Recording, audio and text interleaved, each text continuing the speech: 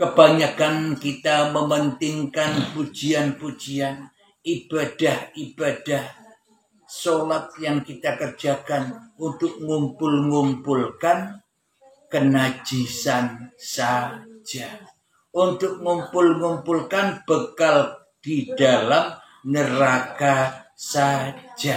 Kenapa? Karena manusianya masih merasa beriman kepada apa yang tidak diimani. Merasa beriman kepada Allah, nyatanya tidak iman kepada Allah. Kenapa? Karena masih jumpa di dalam dadanya, jumpa hawa nafsunya sendiri. Itulah yang dimaksud hati yang terkunci hatinya. Marilah kita simak di dalam surat Al-Baqarah ayat yang ke-7.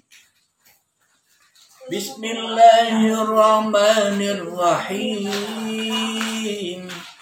Khatamallahu ala qulubihim wa ala sam'ihim wa ala absarihim ghishawatun wa lahum azabun azim.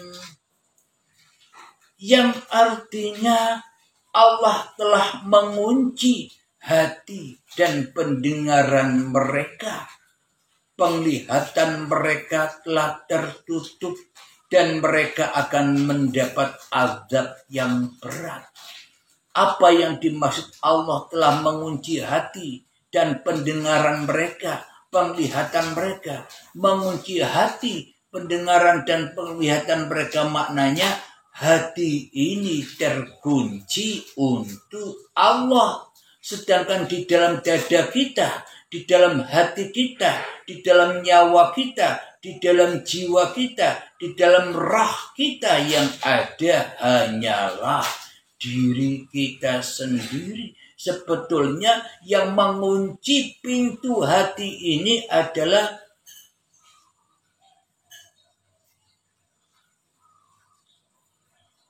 kekafiran diri kita sendiri.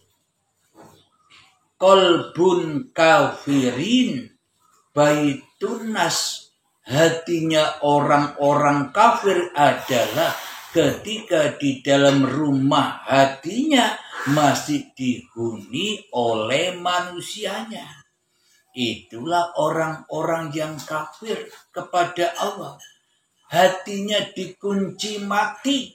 Kenapa? Supaya Allah tidak masuk. Kenapa? Karena di dalam dadaku, di dalam hatiku yang ada hanya keesaan diriku saja.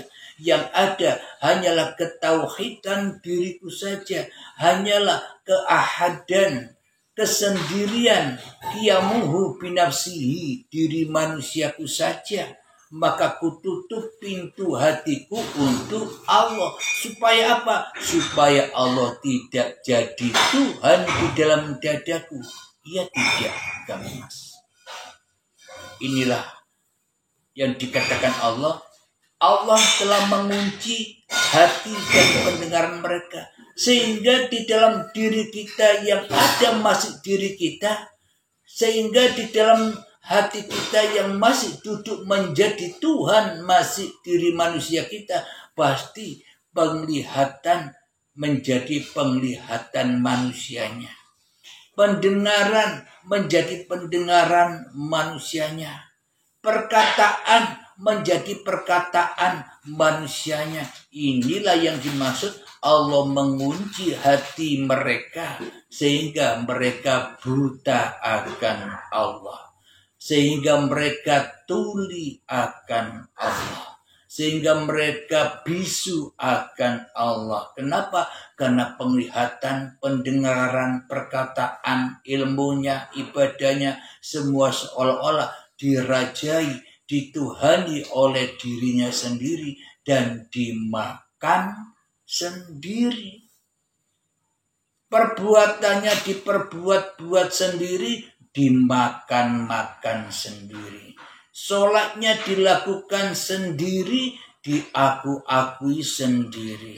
Ibadahnya dilakukan sendiri, diakui sendiri. Inilah yang dikatakan sama perbuatannya dengan ayahnya atau dengan bapaknya Nabi Ibrahim. Bapaknya Nabi Ibrahim, ayahnya Nabi Ibrahim dikenal sebagai pembuat pengrajinan patung. Pemahat, membuat patung-patung sendiri, membuat Tuhan-Tuhan sendiri, disembah-sembah sendiri. Pembuat berhala.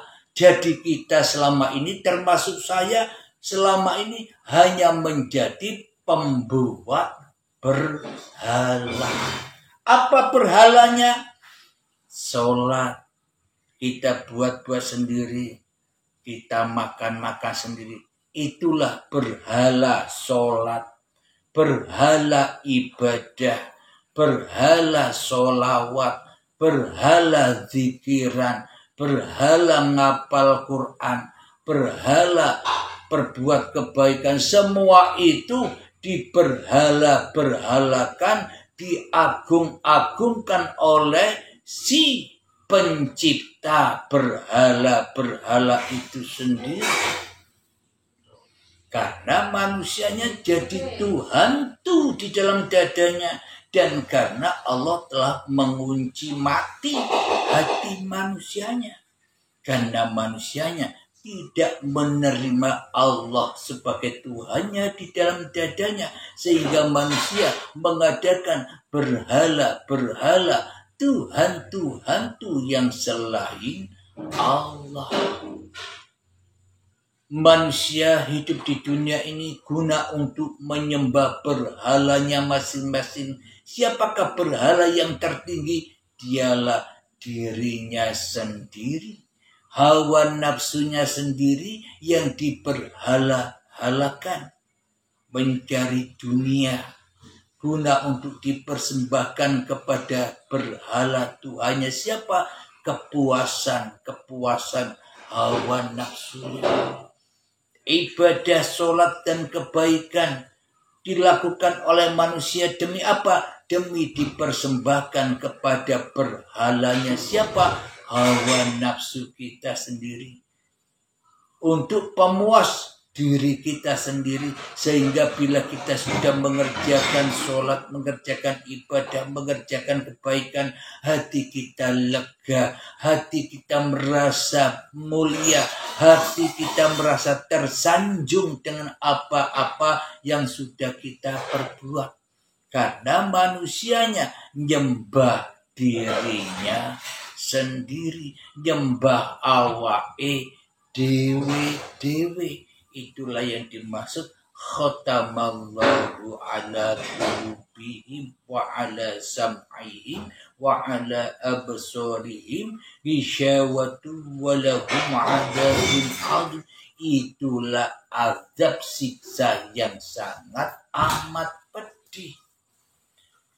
Jangan dibayang-bayangkan siksa itu besok. Tidak ada siksa besok. Wong besok kita tidak ada. Kok disiksa? Ya ketika kita merasa ada, ketika kita merasa nyata, ketika kita merasa wujud, ketika kita merasa hidup saat di dunia inilah naroka itu terjadi. Kita ketakutan di dalam persaingan mencari harta di dunia ini. Takut kalah bersaing. Kita disiksa dengan gaya-gaya hidup yang tak penting.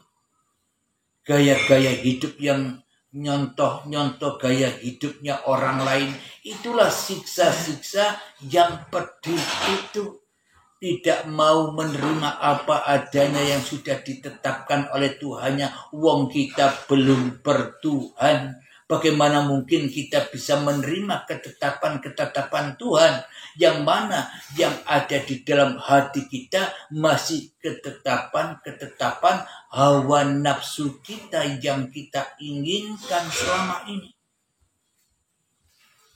Jadi manusia termasuk diri saya tak akan pernah bisa menerima ketetapan-ketetapan Tuhannya.